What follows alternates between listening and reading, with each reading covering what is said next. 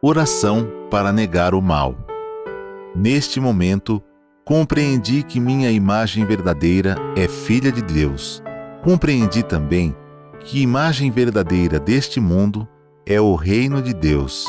Se enxergo algum aspecto imperfeito, isso não passa de miragem. A imperfeição não existe. O mal não existe originariamente. É verdade que o pensamento é força motriz e que aparece o bem quando se pensa no bem, e surge o mal quando nele se pensa. Isto é lei da mente.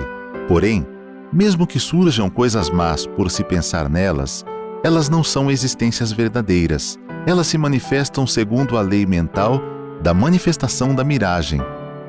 Coisas e fatos maus não são existências verdadeiras.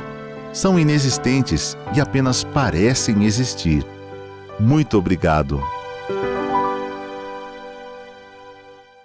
Meus cumprimentos, senhores educadores, senhoras educadoras, pais, vocês que nos assistem neste momento.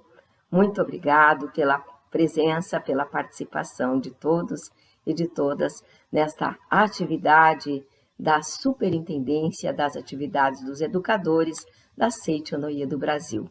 Muito obrigado pelo professor Luiz Gomes, nosso superintendente, que nos fez o convite para estarmos aqui hoje, refletindo este tema tão instigante que se trata do amor e do equilíbrio na educação dos filhos. Podemos já de início dizer que não se trata de um tema que vai falar de alguma técnica ou algum método pedagógico novo para tratarmos do amor e do equilíbrio na educação dos filhos. Mas será um tema com muitas surpresas dentro dos conceitos que o professor Masaharu Taniguchi e o nosso pedagogo, professor Keio Kanuma, nos trazem para esta reflexão. Vocês vão gostar muito desta reflexão neste dia de hoje. E vamos iniciar com um livro muito importante, que é a base para uma família feliz. Este livro é do professor Yoshio Mukai. O professor Yoshio Mukai foi nosso presidente doutrinário da Seicho-no-Ie para a América Latina. O professor Yoshio Mukai é uma grande referência para nós da Seicho-no-Ie. Ele, descendente de japoneses, agricultor, viveu nas lavouras do café no norte do Paraná, e uma parte da vida também em São Paulo, e ele, como descendente de japonês, falava o japonês, depois aprendeu o português aqui no Brasil, e pela sua função, pelo seu cargo importante dentro da Seicho-no-Ie, aprendeu a falar inglês, aprendeu o espanhol e agora também estuda italiano. Então, eu digo que ele é uma grande referência, um exemplo para nós, porque como agricultor, algumas pessoas às vezes pensam, eu não estudei, não tive oportunidade, ou vivi na roça, pois ele está mostrando com o seu exemplo, através do seu exemplo, que é possível sim nos desenvolvermos, porque somos filhos de Deus, com capacidade infinita. Então eu quero iniciar com o texto deste livro, lindo, que traz surpresas e muitas emoções para nós o tempo todo na vida do professor Mukai. Então aqui na página 14, ele coloca um texto sobre meus 2 heróis de infância. Papai era um homem normal e era assim que se fazia ver. No entanto, hoje percebo que sua humildade, envolta de silêncios marcantes, sanava as dores das pessoas naquele ambiente de fé. Ele fala do ambiente de fé porque o pai dele já naquela época reunia para estudar o livro A Verdade da Vida junto com seus vizinhos, também agricultores, e tratava-os com muito acolhimento, com muito amor, para passar por aqueles momentos difíceis dos pioneiros nas matas virgens do Brasil. Era um pai muito amoroso. Só me recordo de ter sido duro comigo uma vez. Eu tinha 6 anos e mereci. Não me lembro o porquê, mas mereci. Foi a lição mais determinante de toda a minha vida. Sim, sim, não, não. Ou é sim, ou é não. Nunca fique no meio termo. E pleft! O tapa doeu menos do que ver seu rosto bravo aquela única vez. Aprendi que o centro da família precisa dar limites. Como o Sol no sistema solar, como o próton no átomo e como o centro de gravidade do corpo dos pássaros que os mantém no ar, a Seiichi ensina que em tudo deve haver um centro unificador, para onde tudo se converge. E ele transcreve a seguir um texto do livro do mestre Masaharu Taniguchi, chamado A Filosofia da Verdade que Gera Milagres, volume 2, que diz assim: no reino dos céus, ou seja, no mundo da imagem verdadeira, há em todas as coisas um centro, para onde tudo se converge. E vemos esse fato na menor unidade que existe ao alcance do nosso conhecimento, que é o átomo. Neste existe um núcleo atômico e os elétrons giram ao seu redor. Se esse núcleo ou centro for destruído, ocorre a desintegração do átomo, pois desintegrando-se o núcleo atômico, o átomo em si se desintegra e desaparece. Em tudo que existe, o centro deve ser preservado com cuidado. Também no lar é preciso haver um centro, para onde todos os membros da família devem se convergir. Esse centro é representado pelo pai. Compete ao pai e também à mãe, na educação das crianças, estabelecer os limites, algumas vezes por meio da severidade. Então, com esse texto, nós vamos iniciando essa reflexão sobre o amor e o equilíbrio na educação dos filhos. Claro que hoje, como o pai do professor Mukai deu um pleft nele, a gente não trata mais os filhos dessa maneira. Mas nós vamos compreender esta questão da convergência ao centro a partir do ponto de vista da visão do ser humano como ser espiritual.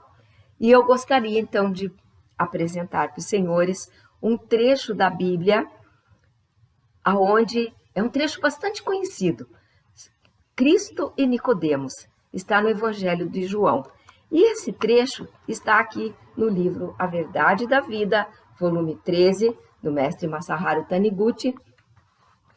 E é um texto que vai nos ajudar a compreender essa questão do ser humano, ser espiritual.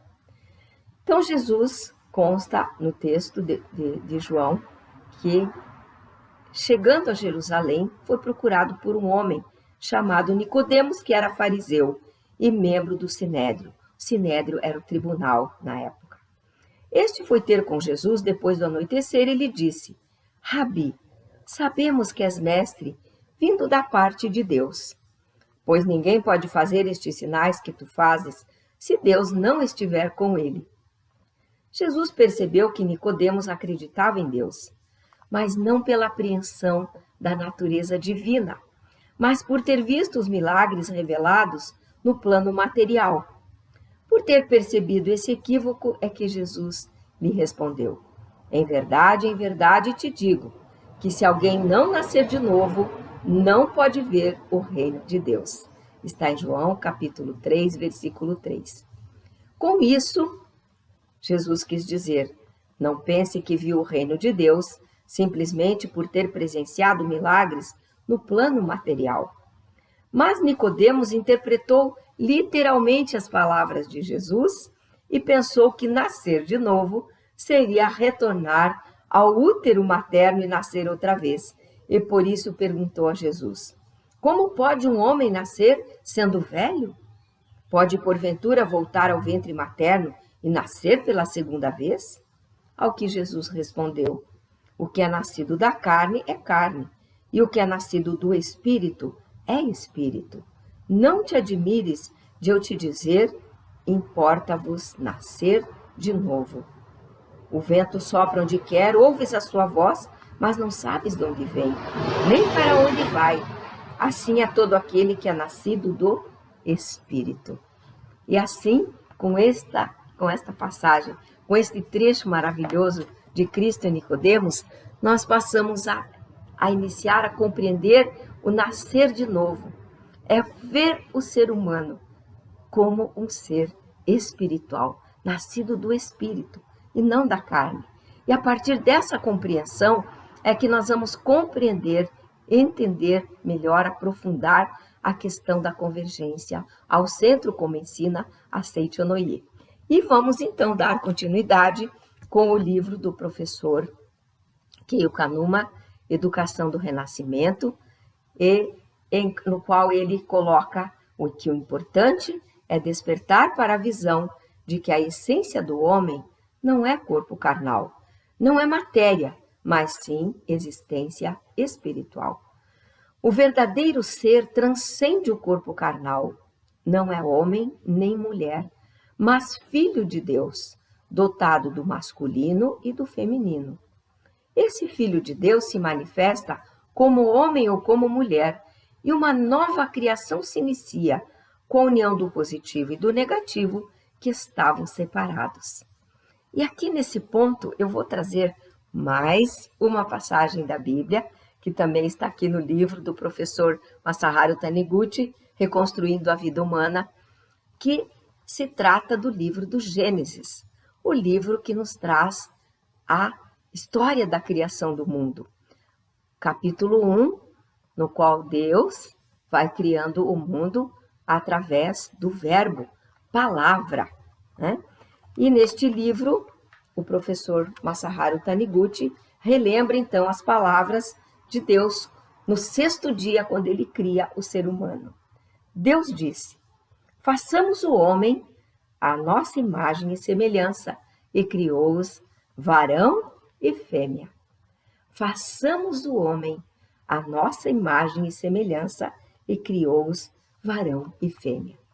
E mestre Masaharu Taniguchi vai nos levando a compreender esse trecho da criação. Deus é o princípio da criação, a partir do qual tudo é criado. Se esse princípio da criação fosse apenas masculino, tudo que nascesse dele teria natureza masculina. E se o princípio da criação fosse apenas feminino, tudo que nascesse dele teria natureza feminina.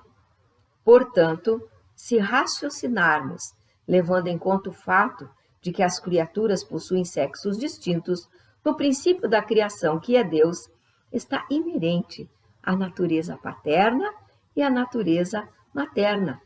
Em outras palavras, torna-se imprescindível afirmar que havia nele, nesse primeiro ser humano criado, simultaneamente a natureza masculina e a feminina. Consequentemente, conclui-se que o primeiro homem criado à semelhança de Deus era de natureza paterna e materna. No interior de uma única personalidade, continha o homem e a mulher, ou seja, a imagem do homem com personalidade completa deve conter no seu corpo a natureza paterna e a natureza materna. E, a partir dessa compreensão, o professor Keio Kanuma continua dizendo o seguinte: com o estabelecimento dessa visão a respeito do ser humano, que o homem é digno por ser homem, e a mulher é digna por ser mulher, e se respeitam mutuamente, surge um lar de grande e completa harmonia. Linda essa compreensão. A partir do ser Deus, que não tem forma, ele se manifesta, se expressa neste mundo físico através de duas pessoas, aparentemente distintas, mas que trazem em si a natureza divina, paterna e materna. E a partir daí nós vamos compreendendo como o casal, né? O casal, homem e mulher que se unem através do matrimônio, na verdade, constituem uma unidade.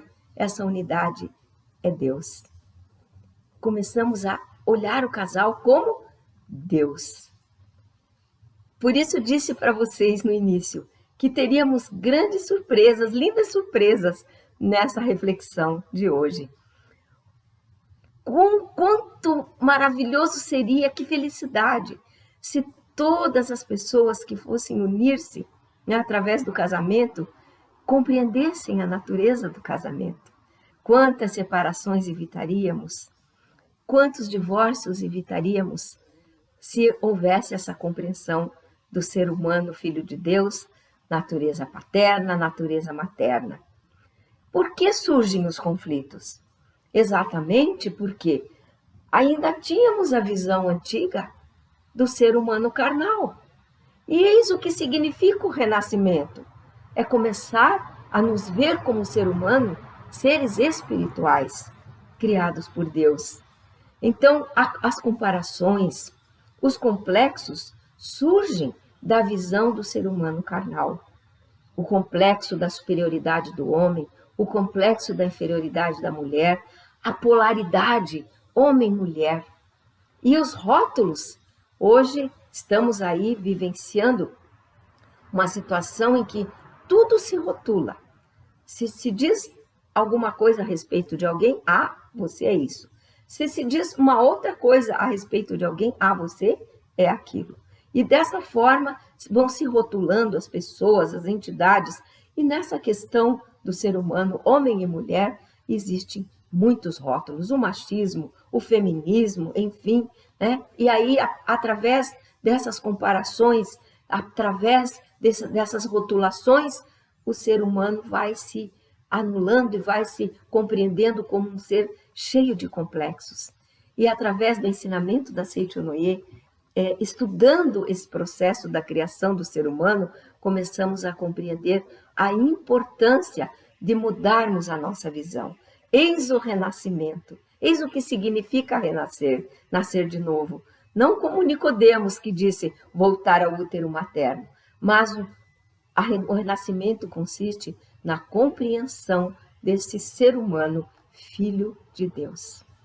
E o professor Keio Kanuma, neste livro, este livro é importantíssimo do ponto de vista dessa compreensão, né, do ser humano, filho de Deus, porque ele vai trazer aqui para nós muitos relatos da sua vivência como pedagogo, diretor de escola, professor, suas orientações para pais e educadores a respeito de temas graves que nós consideramos graves hoje para os nossos jovens e crianças também, que são a rejeição escolar, a violência no lar ou na escola e a promiscuidade sexual, né? A gravidez precoce, os abortos que muitas vezes decorrem dessa gravidez precoce. Então, o professor Keio Kanuma traz essas questões neste livro para que possamos avançar nessa compreensão. Então, trarei para vocês agora, neste momento, um relato deste livro do professor Keio Kanuma, que está na página 40, 41 e 42. Neste relato, uma mãe procura o professor Keio Kanuma porque a sua filha, de aproximadamente 16 anos, já cursando o ensino médio, desanimou, desistiu de estudar. De aluna boa que tinha sido já no ensino fundamental, passou em primeiro lugar no exame de admissão ao ensino médio, já estava no segundo ano, cursando o segundo ano. Esta menina passou a não querer mais ir à escola, não conseguia nem olhar mais os livros didáticos, e ela dizia que o aspecto que a menina colocava é que ela tinha medo do pai. Tenho medo do pai, do papai. Tenho medo do professor e tenho medo do orientador. E ela tinha medo do pai, do professor de inglês, como o professor que eu coloco aqui, e também do orientador. A mãe dizia que quando iam visitar o pai, na cidade onde ele trabalhava, ela logo queria voltar para casa, não queria ficar lá. E aqui nessa situação, a chave está justamente nessa questão, que a menina tinha medo do pai. E a mãe, claro, que teve uma filha que sempre foi exemplar na escola e tudo mais, com o que fazer agora? Então, o professor Keio Kanuma orienta nessa questão. É preciso conhecer o poder da convergência ao centro. Lembram-se do professor Mukai nos orientando que nós devemos, em tudo existe um centro, e que nós devemos reverenciar esse centro. com respeito e admiração. E aqui está a questão, medo do pai, porque o pai representa a autoridade, né? E essa menina, quando nasceu, criou-se uma expectativa sobre ela, né? Como a filha daquela família que estava chegando, e essa grande expectativa colocada sobre ela é que gerou essa perda de vontade de estudar. Ela se sentiu pressionada, né? Uma das questões. E aí, ela, como frequentando a escola, e vejam que o professor Keio Kanuma coloca também que muitos jovens que perdem a vontade de estudar está relacionado com essa questão de que tem alguma coisa em relação a esse relacionamento com o pai. Por isso ele acredita na importância do pai no processo de crescimento e desenvolvimento da criança. O projeto original, como está lá no livro do professor Mukai também, da formação do universo, está fundamentado na existência de um centro em tudo. O sistema solar, a estrutura da matéria, a estrutura da sociedade, tudo tem o seu centro. E acontece o mesmo na estrutura familiar. Respeitar o centro é fundamental para criar todas as coisas boas. O pai deve ser o centro e a mãe deve envolvê-lo como aqueles elétrons que giram em torno do núcleo do átomo. Observem que quando nós colocamos essa visão, nós não estamos falando de seres carnais, que se antagonizam entre si, homem e mulher. Não, estamos falando da visão espiritual do ser humano. Assim como Jesus também falava somente da questão espiritual. Ele dizia, eu não vim para as coisas deste mundo, né?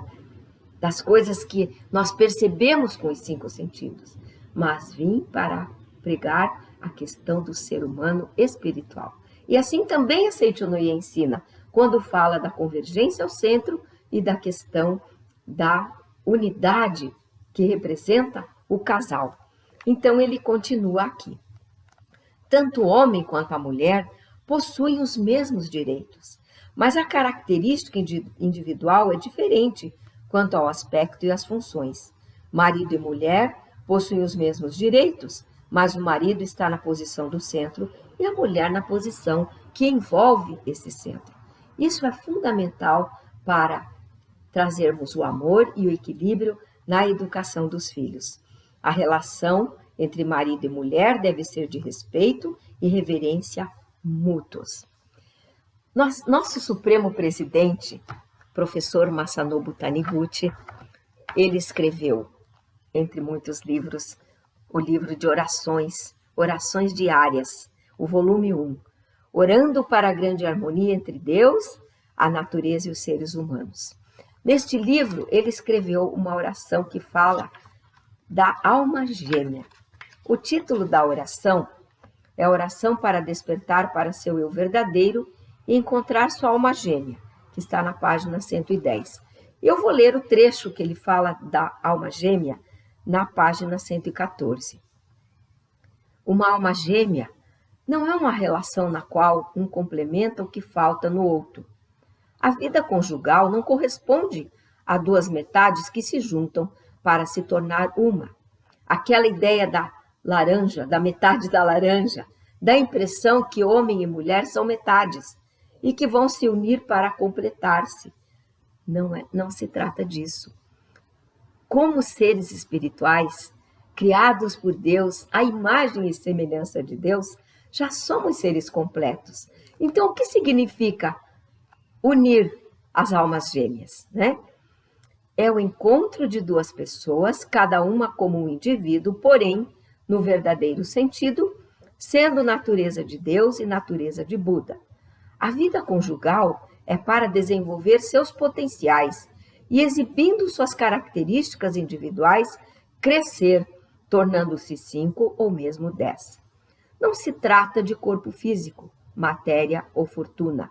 Aquele que é um co-desenvolvedor da natureza de Deus natureza de Buda, dentro das profundezas do eu e que é indispensável para o desenvolvimento espiritual de alguém, é chamado de alma gêmea.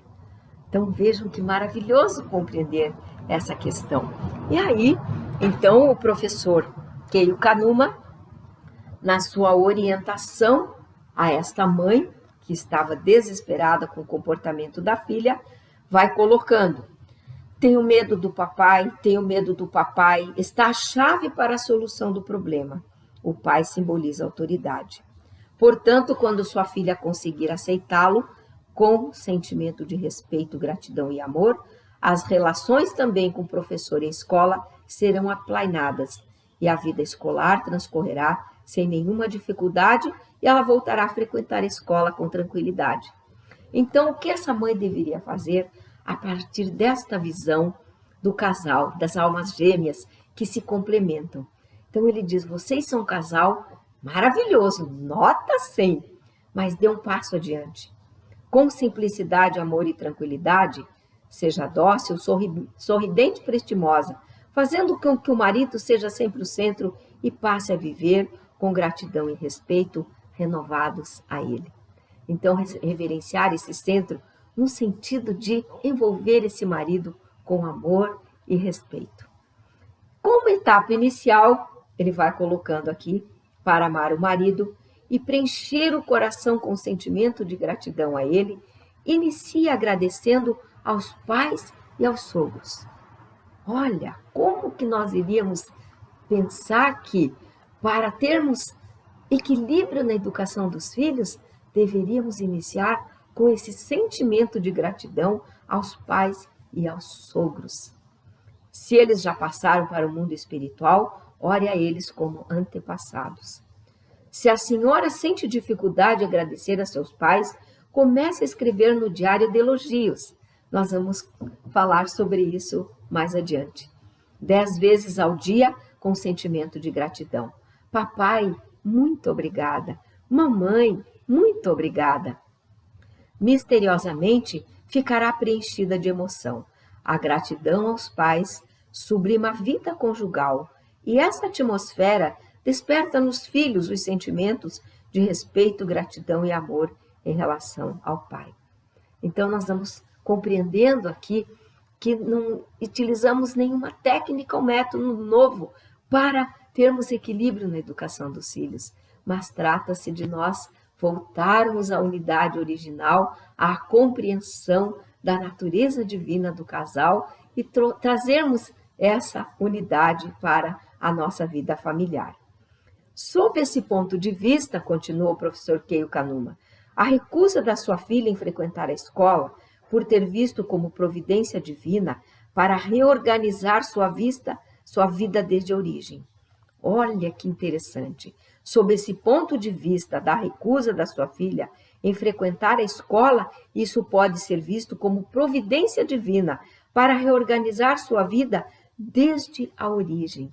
Desde o processo de gratidão à paz, antepassados e da convergência ao centro, que a convergência ao centro já se inicia com a gratidão aos antepassados. Eles são o centro da família, aos pais e aos sogros. No momento em que a senhora renascer, sua filha voltará a frequentar a escola. Então, através desse relato, nós vamos compreendendo aí as etapas importantes para nós aplicarmos com a educação dos nossos filhos. Seja qual for o problema, o professor Keio Kanuma, como eu coloquei para vocês, traz problemas graves aqui acontecidos com os filhos. E seja qual for o problema, podemos solucioná-lo através dessas etapas aqui que o professor coloca. Então, ele fala de início, tem uma pergunta importante, né, que os pais podem estar se fazendo. Mas já fiz tantas coisas erradas, já até bati nos meus filhos, ou criamos os nossos filhos em meio a brigas, né, conjugais, e já desde o ventre, às vezes, houve uma rejeição daquela criança que foi gerada.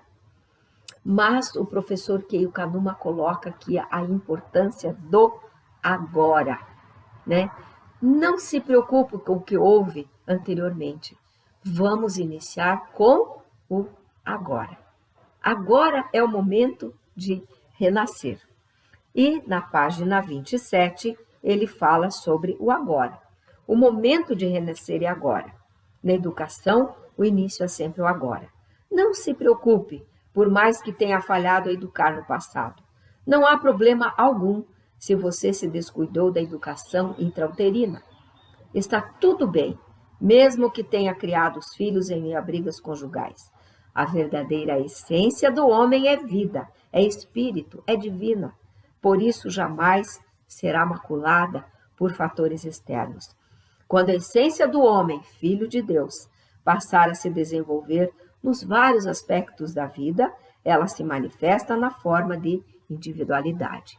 Então não se preocupe, o momento de renascer é o agora.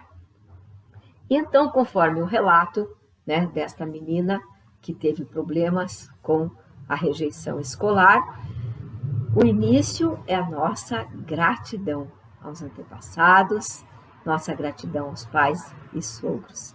Na Seichonoye nós aprendemos essa gratidão, a manifestarmos essa gratidão.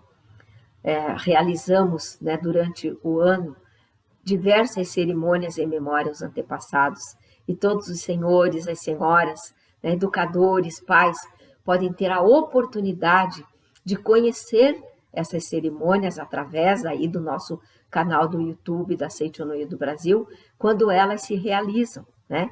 E este ano vamos ter a nossa festividade do Santuário Roso do Brasil em 5 de setembro. Então já fiquem atentos, preparando seus registros espirituais, prestem atenção nas explicações que são dadas ao longo das nossas atividades no YouTube e vamos nos preparando para aprendermos a agradecer aos nossos antepassados, pais e sogros também, se já partiram para o mundo espiritual.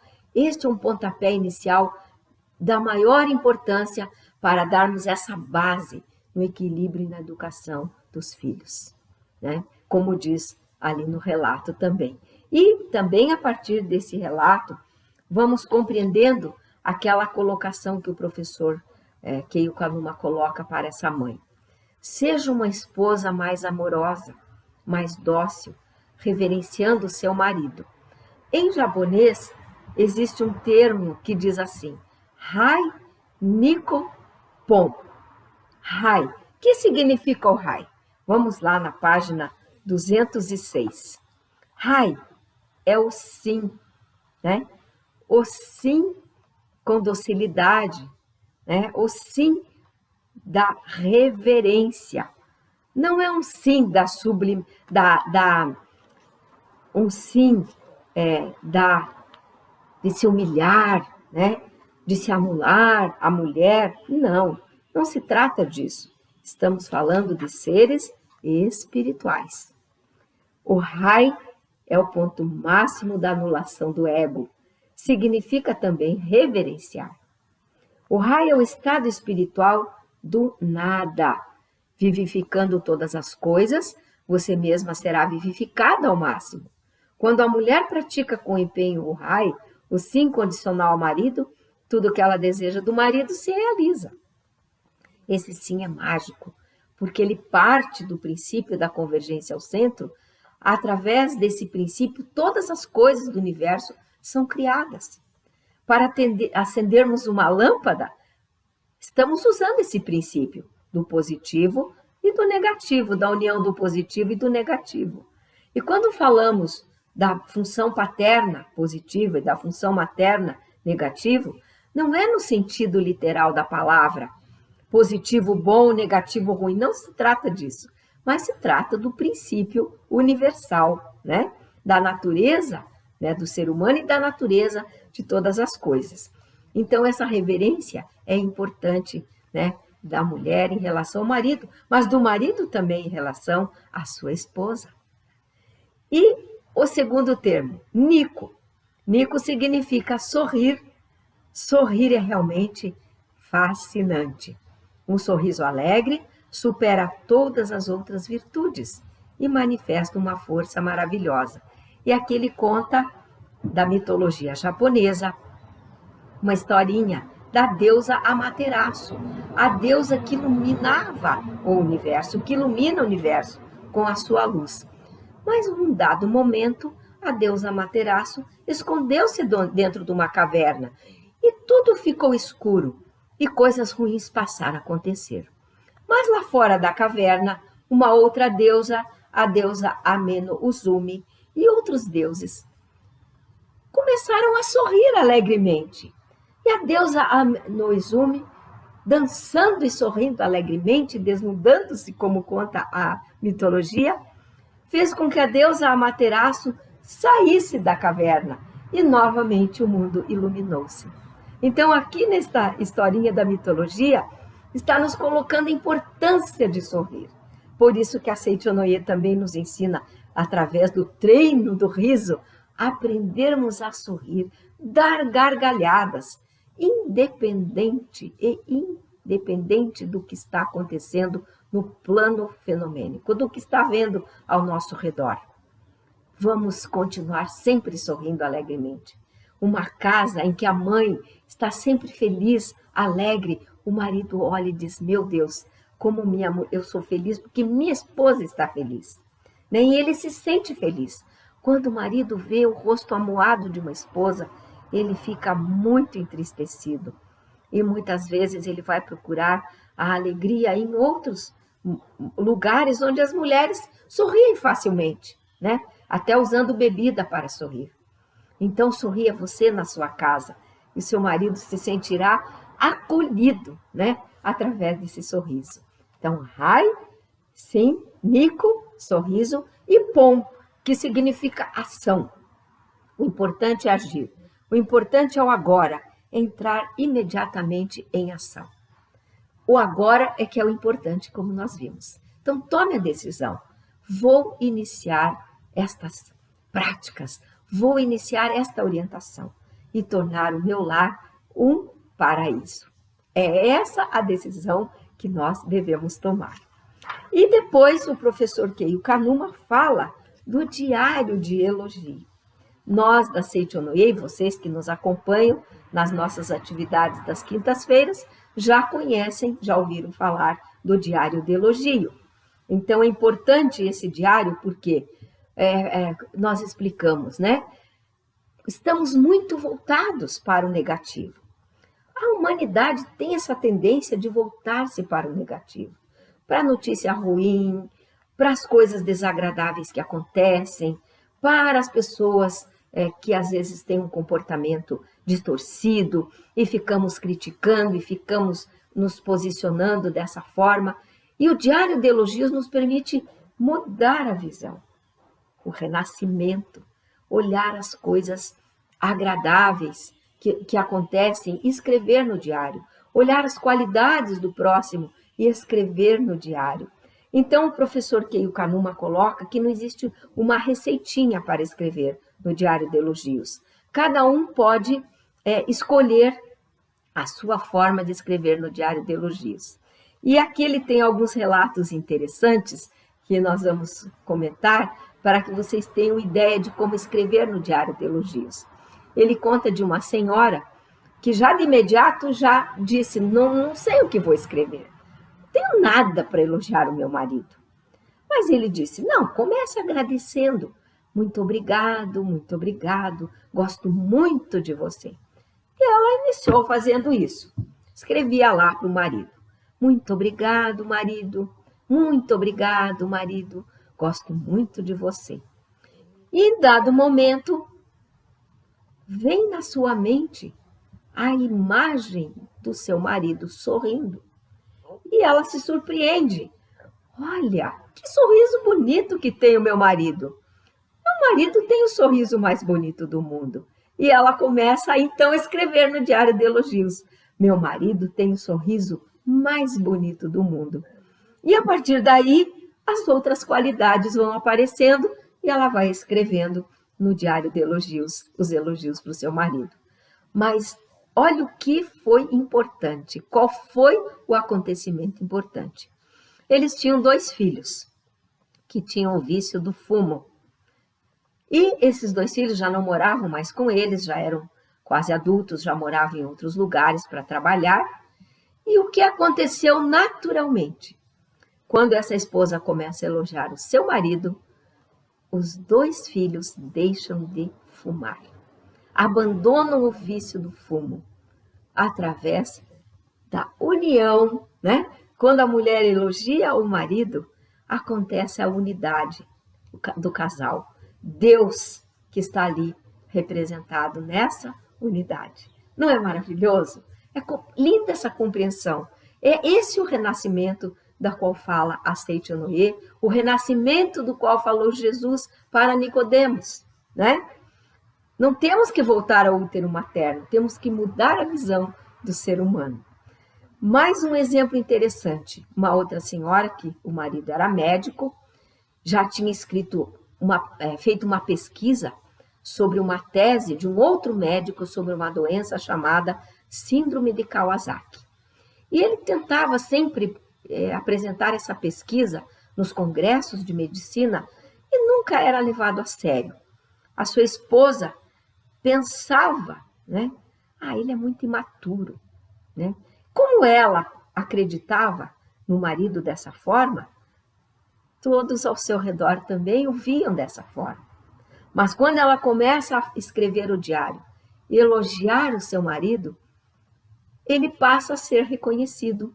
E num próximo congresso ele apresenta a sua pesquisa, é admirado, é entrevistado em programas de noticiário de televisão, né? E então ele passa a ser reconhecido como esse médico importante que havia realizado essa pesquisa.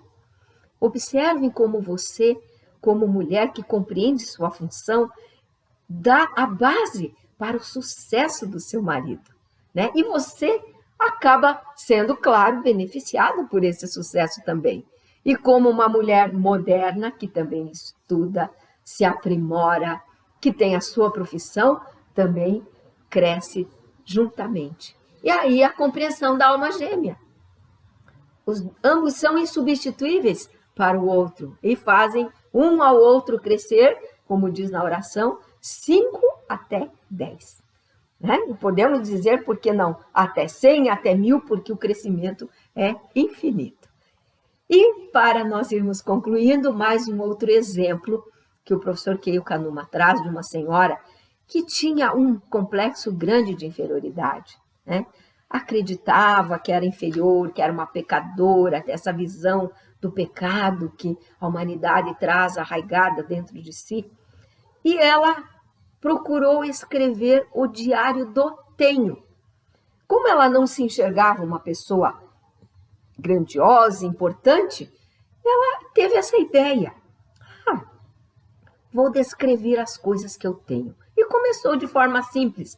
Tenho olhos, tenho nariz, tenho a boca, tenho ouvidos, tenho um corpo saudável, tenho braços, mãos, tenho pernas dobráveis. Quando eu li isso, achei tão interessante. Claro, nossas pernas são dobráveis, ali nas juntas, nos joelhos. Imagine se a nossa perna, se o nosso joelho fosse duro, como é que a gente iria caminhar, sentar, não é verdade? Então, ela vai descrevendo no Diário do Tenho. Tenho pernas dobráveis, tenho pés, né, que me permitem caminhar de forma harmoniosa. E assim, tenho roupas, tenho livros para estudar, né? Tenho esse notebook que está aqui na minha frente agora, que me proporciona a oportunidade de nós estarmos conversando nesta atividade. Então, quantas coisas nós temos!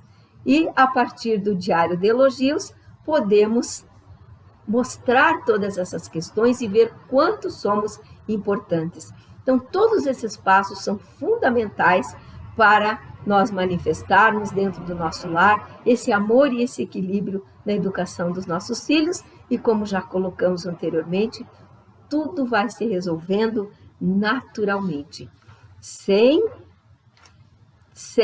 esquecermos, entretanto, da prática da meditação Shinsokan, que é a prática máxima da Seichonoye, para visualizarmos essa visão perfeita do ser humano, filho de Deus, do marido dos filhos, dos nossos pais, enfim, de tudo que nos diz respeito ao nosso redor, né?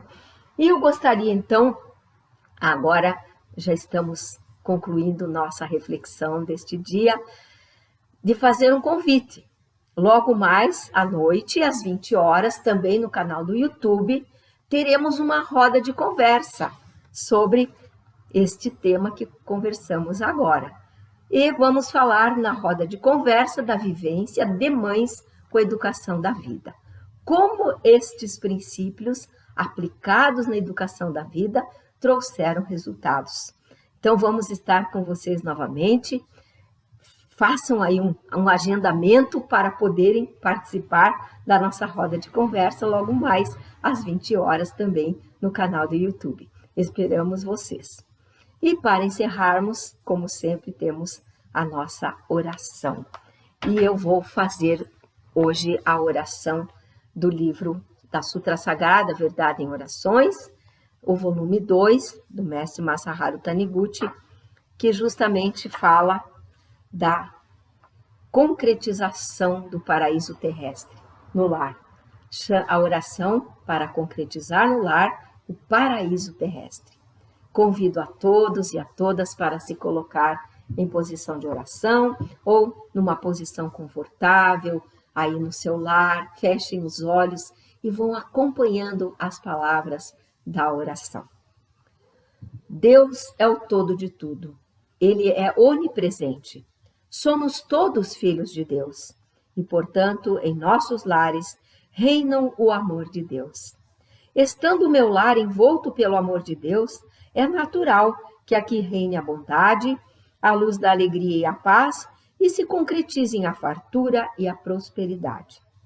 Meu lar é a morada do amor de Deus. É um lugar aquecido pelo calor proveniente do amor de Deus e iluminado pela sabedoria de Deus. Por isso não há treva nem frio que consigam se infiltrar no meu lar. Toda a treva se extingue quando tenta infiltrar-se na luz. Todo o frio desaparece quando tenta infiltrar-se no calor. Assim, no meu lar, envolto pelo amor de Deus, não há lugar para temores, aflições e lamentos. Meu lar é um pátio sagrado onde os filhos de Deus se reúnem. A atmosfera que aqui reina é a de amor, sabedoria e proteção de Deus. Graças ao amor de Deus, tenho relacionamento harmonioso com meus familiares, com os parentes, com os amigos e com os conhecidos. Realmente, em meu lar soa a maravilhosa sinfonia do paraíso. No paraíso não existe desarmonia de espécie alguma. Também no meu lar, que é a concretização do paraíso, não há desarmonia de espécie alguma. Não há ódio, ciúmes, animosidade, tristeza, choque de opiniões e, por conseguinte, ninguém adoece. Todos vivem com a mente afável e a atmosfera do meu lar está repleta de acordes, de sentimentos harmônicos, como os acordes de uma bela música.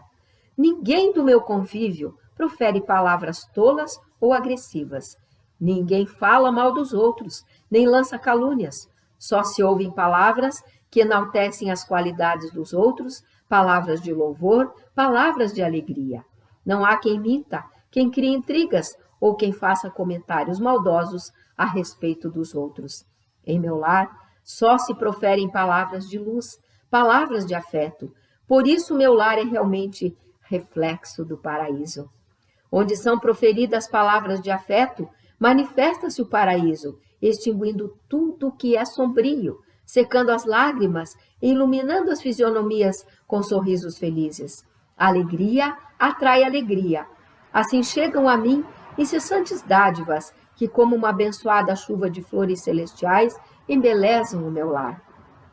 Realmente o amor de Deus está presente em cada canto da minha casa e a glória de Deus resplandece em cada recinto. A vida que se aloja em cada pessoa desta casa é abençoada por Deus.